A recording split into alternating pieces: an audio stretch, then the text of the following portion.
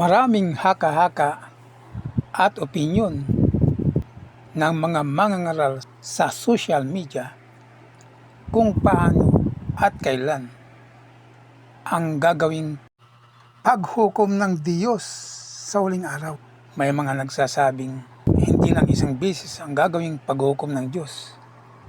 At meron na rin nagsasabing hindi lang isang beses ang pagbabalik ng Panginoong Hesukristo, kundi sa pagbabalik niya ay babalik pa raw siya para buhayin ang ibang mga patay. So ibig sabihin, sa pagbabalik niya ngayong huling araw ay hindi pa ang kanyang paghukom. Welcome to my channel. Sa bidyong ito ay ating tatalakayin at papaksain sa pamamagitan ng mga katotohanang karunungang ipinapahayag ng Diyos sa Biblia.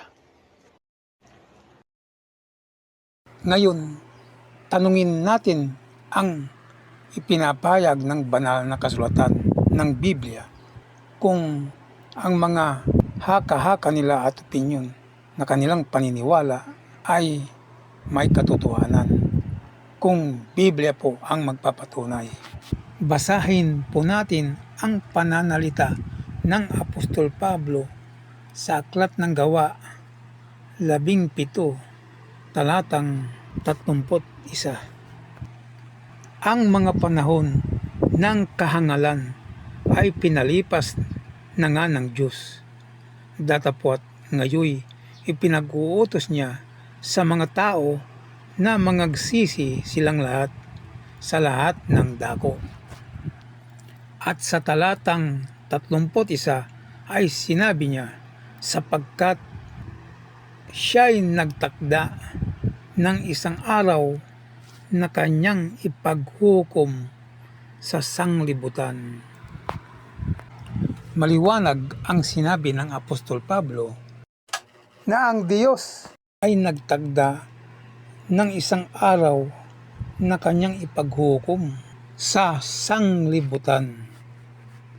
Maliwanag po na ang hukuman na itinakda ng Diyos sa isang araw ay ang sanglibutan. Ngayon ang tanong, ano ba ang sanglibutan? Ano ang napapaloob sa sanglibutan? At ano ang bumubuo sa sanglibutan? Ang sanglibutan po ay ang mundo na ating ginagalawan at ang mga gawain at gawang nasa sanlibutan. So sa madalit salita, ang sanglibutan ay mga tao at ang mga gawang ginawa ng mga tao sa sanlibutan at ang mga gawaing nasa sanlibutan at ang mundo na ating ginagalawan na langit at lupang siyang mundong nasa sanlibutan.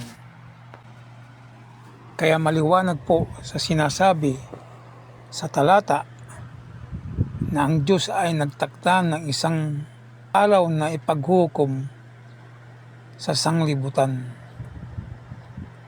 ayon sa katuwiran sa pamamagitan ng lalaking kanyang itinalaga na ito'y pinatunayan niya sa lahat ng mga tao upang siya'y buhayin niyang manguli sa mga patay. At ito nga ang ating Panginoong Hesukristo na siyang hahatol at hukom sa sanglibutan nitong nalalapit na huling araw.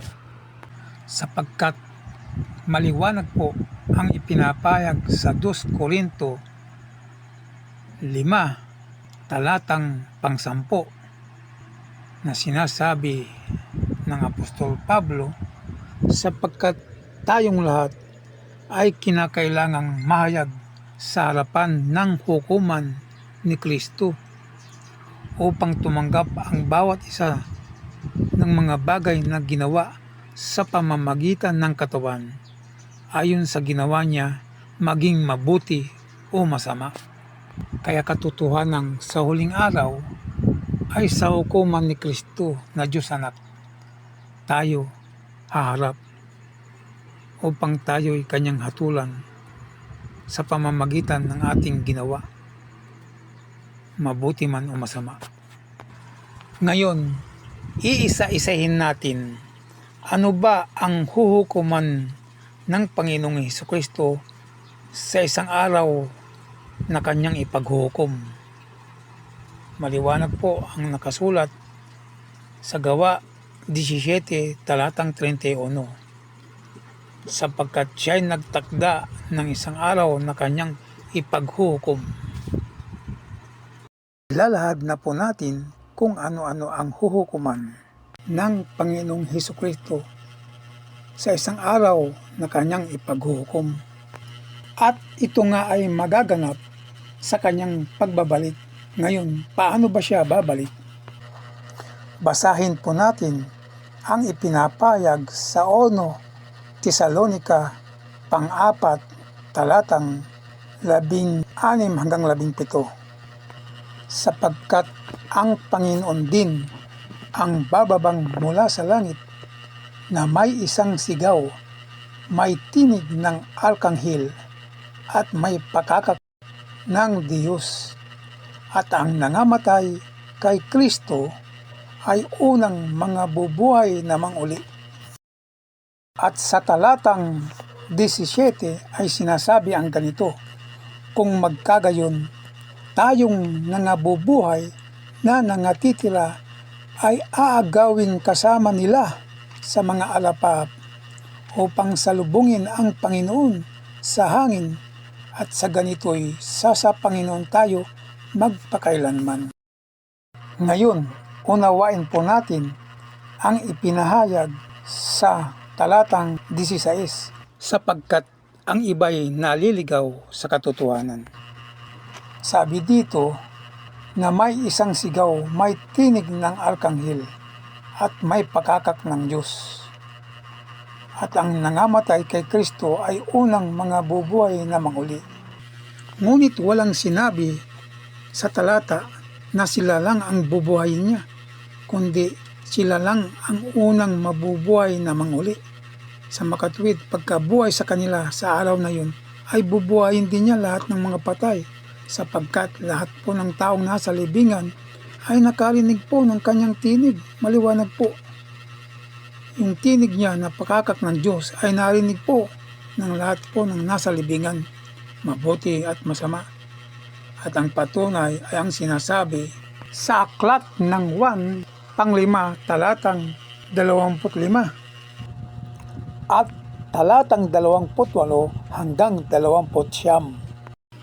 Isinasaad dito sa talatang 25, katotohanan sinasabi ko sa inyo, dumarating ang panahon, at ngayon nga, na maririnig ng mga patay ang tinig ng anak ng Diyos, at ang mga karinig ay mga bubuhay. Maliwanag po, at ngayon nga, na maririnig ng mga patay ang tinig ng anak ng Diyos. So narinig po ng lahat ng mga patay, po. Hindi lang po ang patay kay Kristo. Ibig sabihin, mabutit masama na patay, mabubuhay at makakarinig ng kanyang tinig na may pakakak ng Diyos. Kaya nagkulang po ang pagkakaunawa ng iba dito sa pinapayag sa 1 Tesalonica pang-4 talatang 16 na ang bubuhayin lang daw ay ang mga nangamatay kay Kristo. Ngunit mauunawa natin na pagkatapos na buhayin sila ay bubuhayin din niya lahat ng mga patay sa libingan, dahil lahat nakarinig ng kanyang mga tinig.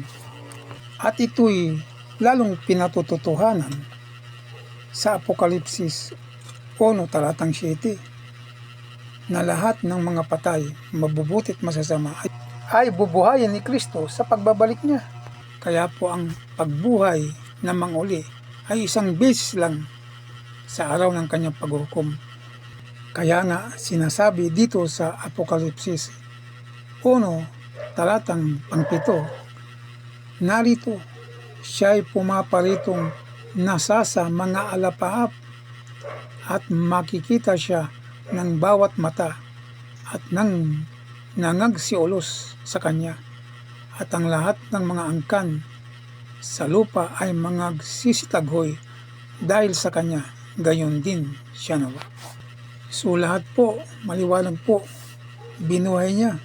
Hindi lang yung namatay sa kanya, kundi pati lahat ng masasama, pati yung mga pumatay sa kanya ay binuhay din niya. Napakaliwanag, nakita siya ng masasamang tao sa alapaap pagkatapos silang buhayin ni Kristo.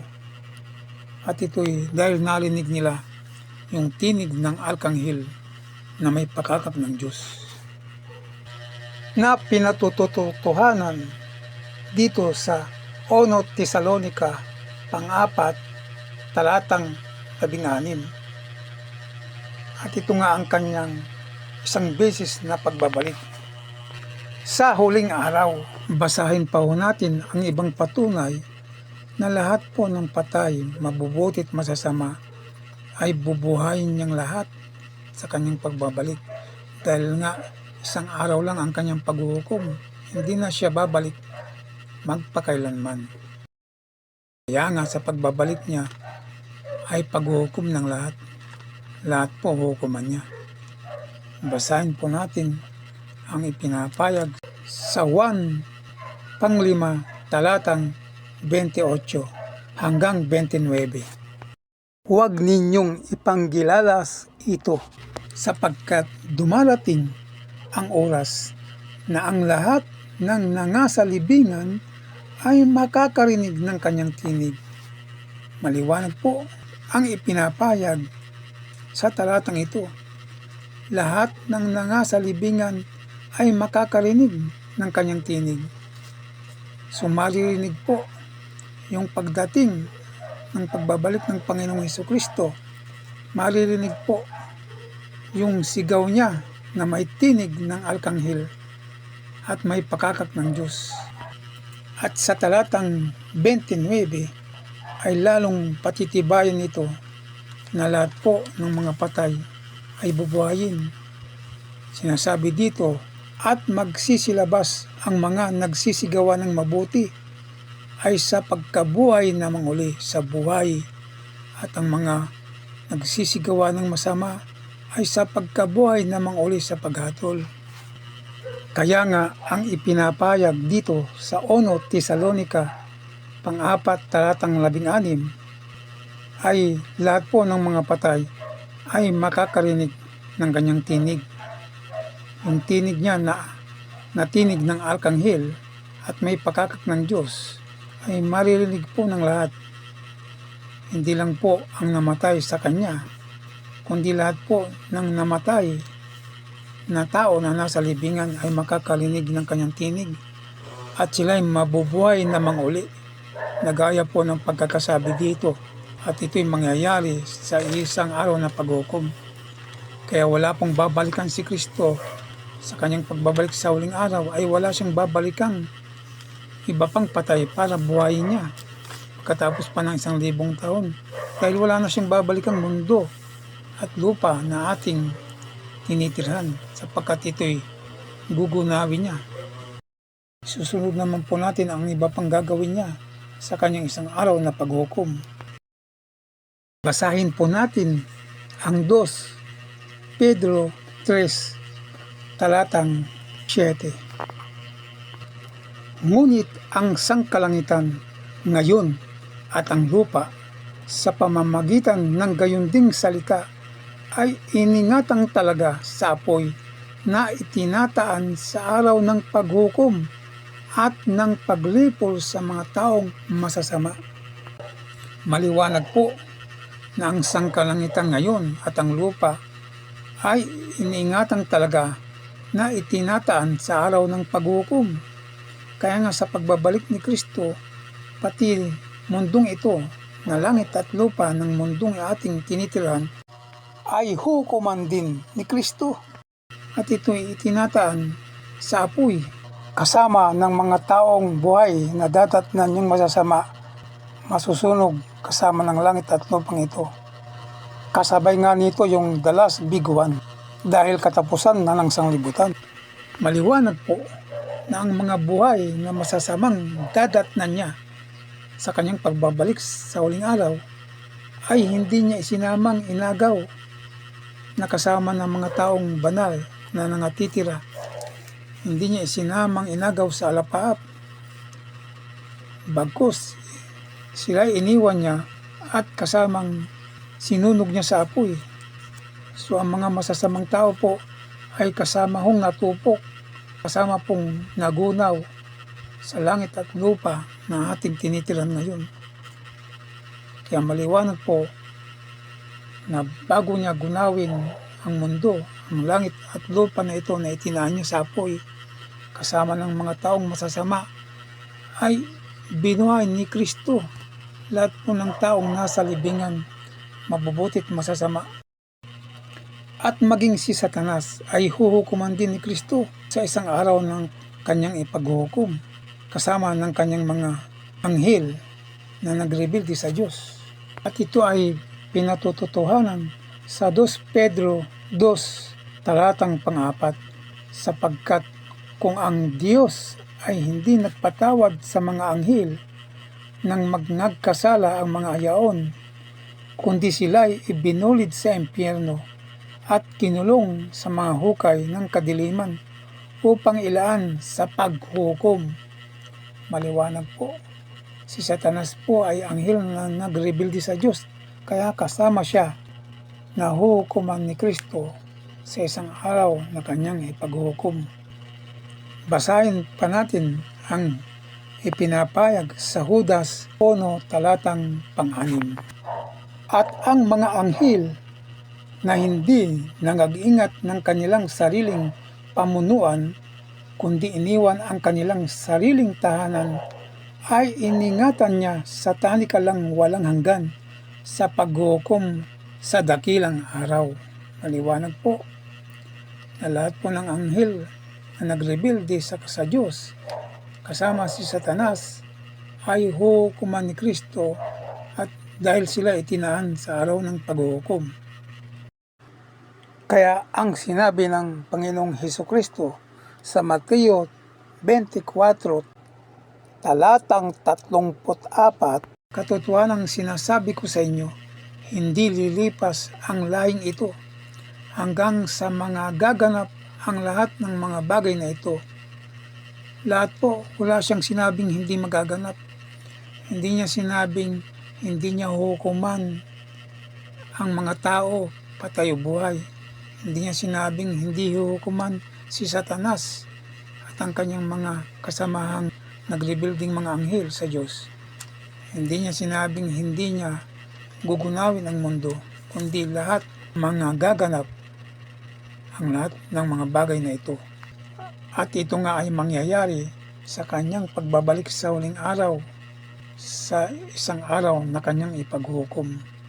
Ang paniniwalang si Kristo sa kanyang pagbabalik ay hindi pa siya maghuhukom at babalik pa siya para buhayin ang ibang mga patay ay ikapapahamak, sapagkat ang paniniwalang ito'y magdudulot ng tuluyang kapahamakan sa mga taong masasama na sila'y wala ng pagkakataon pang magbagong buhay at magsisi sa kanilang mga kasalanan.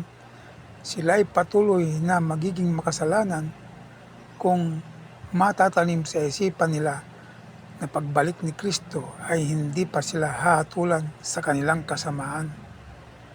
Ang kalunyero at kalunyera ay patuloy sa kanilang gawain at lalong dadami ang magnanakaw sa gobyerno, sapagkat iisipin nilang sa pagbabalik ni Kristo hindi pa nga sila hatulan ng kamatayan.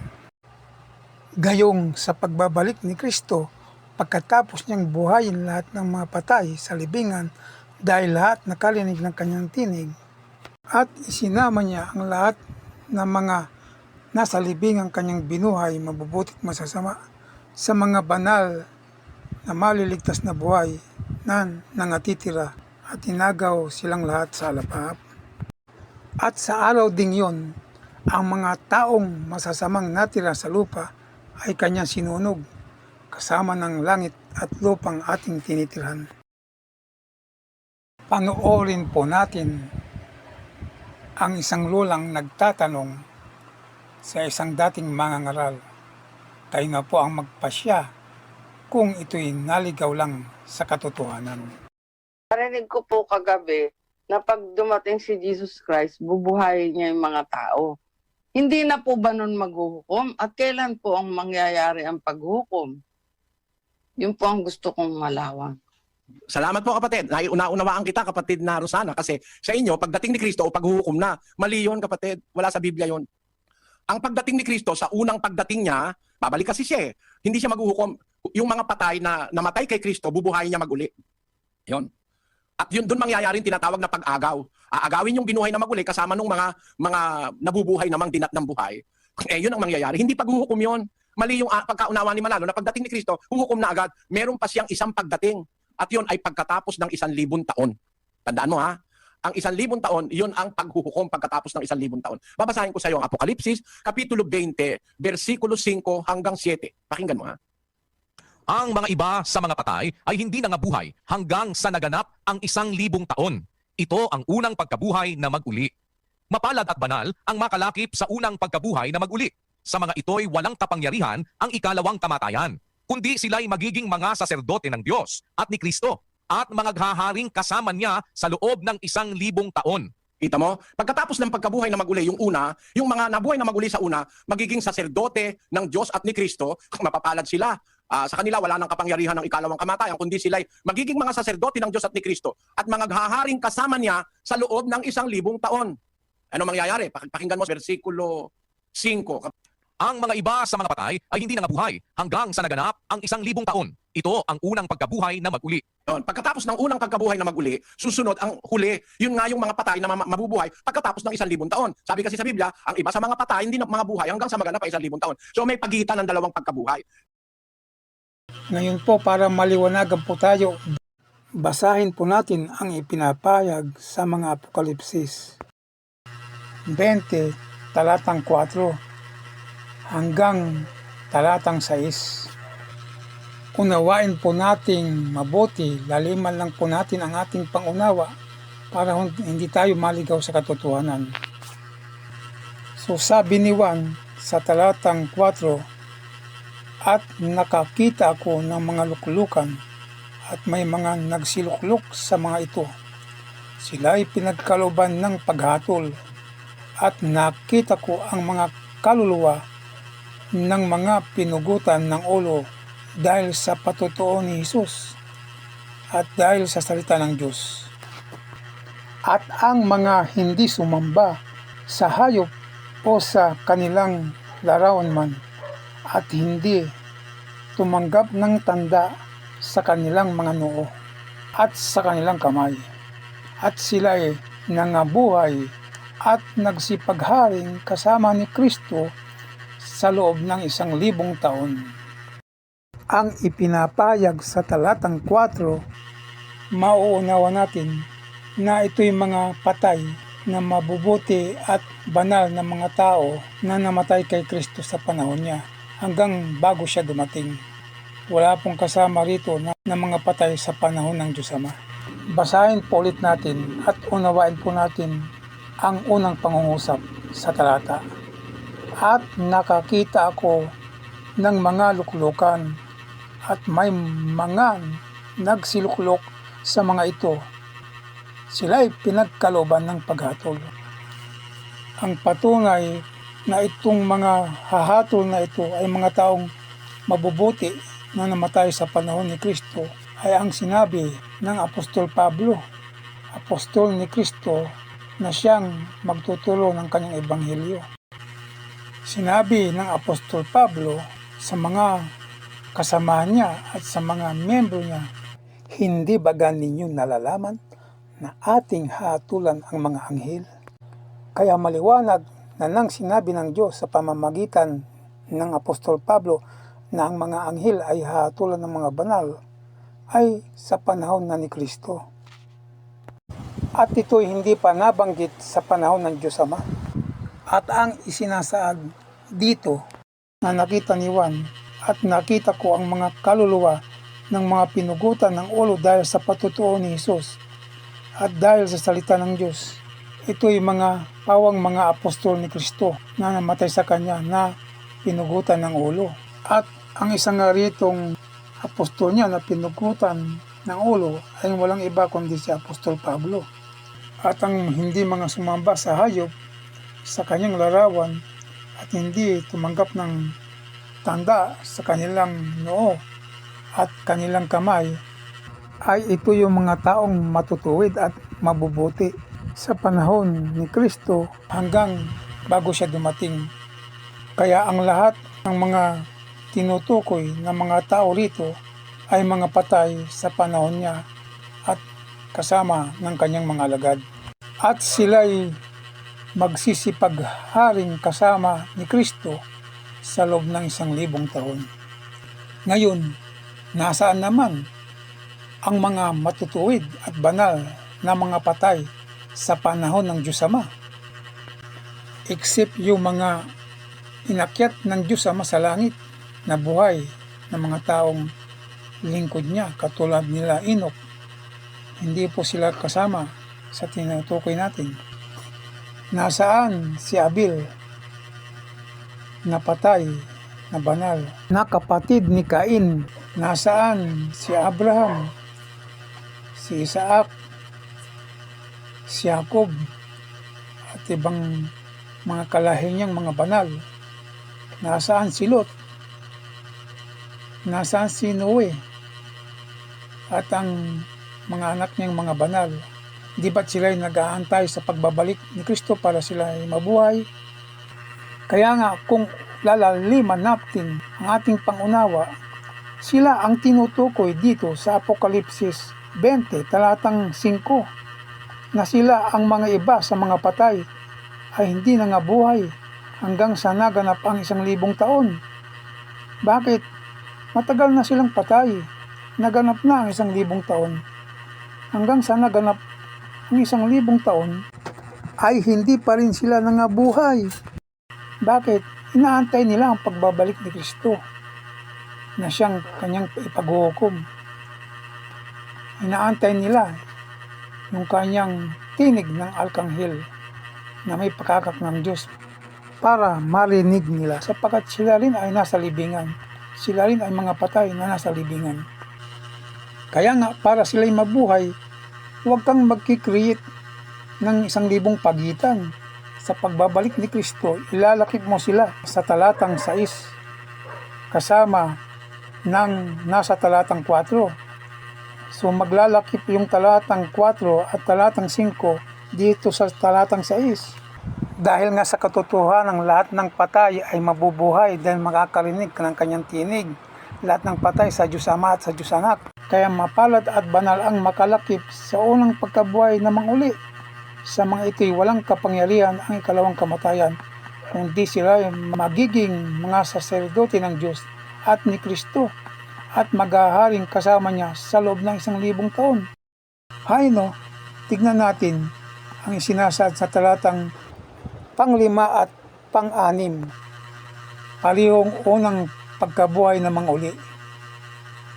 At yung 1,000 taon ay 1,000 taon lang. Ngayon, ayunan natin ang sinasabi nila na pagitan ng 1,000 taon.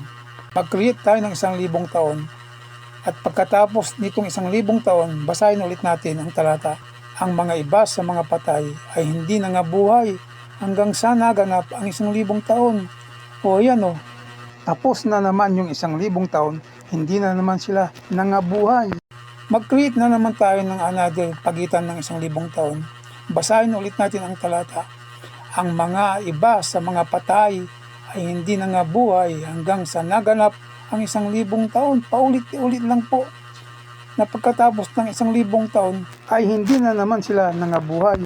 Para sila'y mabuhay ay ilalakip mo sila sa talatang 4, pag-iisahin mo sila. Para ang mga nangamatay kay Kristo at mga nangamatay sa Diyos Ama ay maghahari ng 1,000 taon kasama si Kristo. dahil maging sila ay nakarinig ng tinig ni Kristo sa libingan. Itong mangangaral na to na nagsasabing sa pagbabalik ni Kristo ay hindi pa maghuhukom at magkakaroon pa ng pagitan 1,000 taon at babalikan pa niya ang ibang mga patay para buhayin, ay may paniniwala rin na bago siya namatay, may paniniwala siyang sa 2010 ay hindi na magtatagal ang mundong ito. At itong paniniwala niyang ito ang siyang pinakamalapit sa katotohanan. Dahil kung nasunod lang ang Diyos Ama, noong 2010 ay gunaw na ang mundo. Ngunit nga, dahil nga ang lahat ng kapamahalaan sa langit at sa lupa ay naibigay na ng Diyos Ama kay Kristo, kaya si Kristo na ang masusunod. Kaya inaantay ni Kristo yung isang susunod na isang saling lahi na siyang mamumuno sa isang relihiyon na kung ito hindi magmamatigas at hindi niya sasabihing si Kristo ay tao, magunaw man ang mundo, taong-tao si Kristo sa kanyang paniniwala, ay siya ang magiging katuparan. Sa panahon niya, magwawakas ang mundong sanlibutan na ating tinitirahan.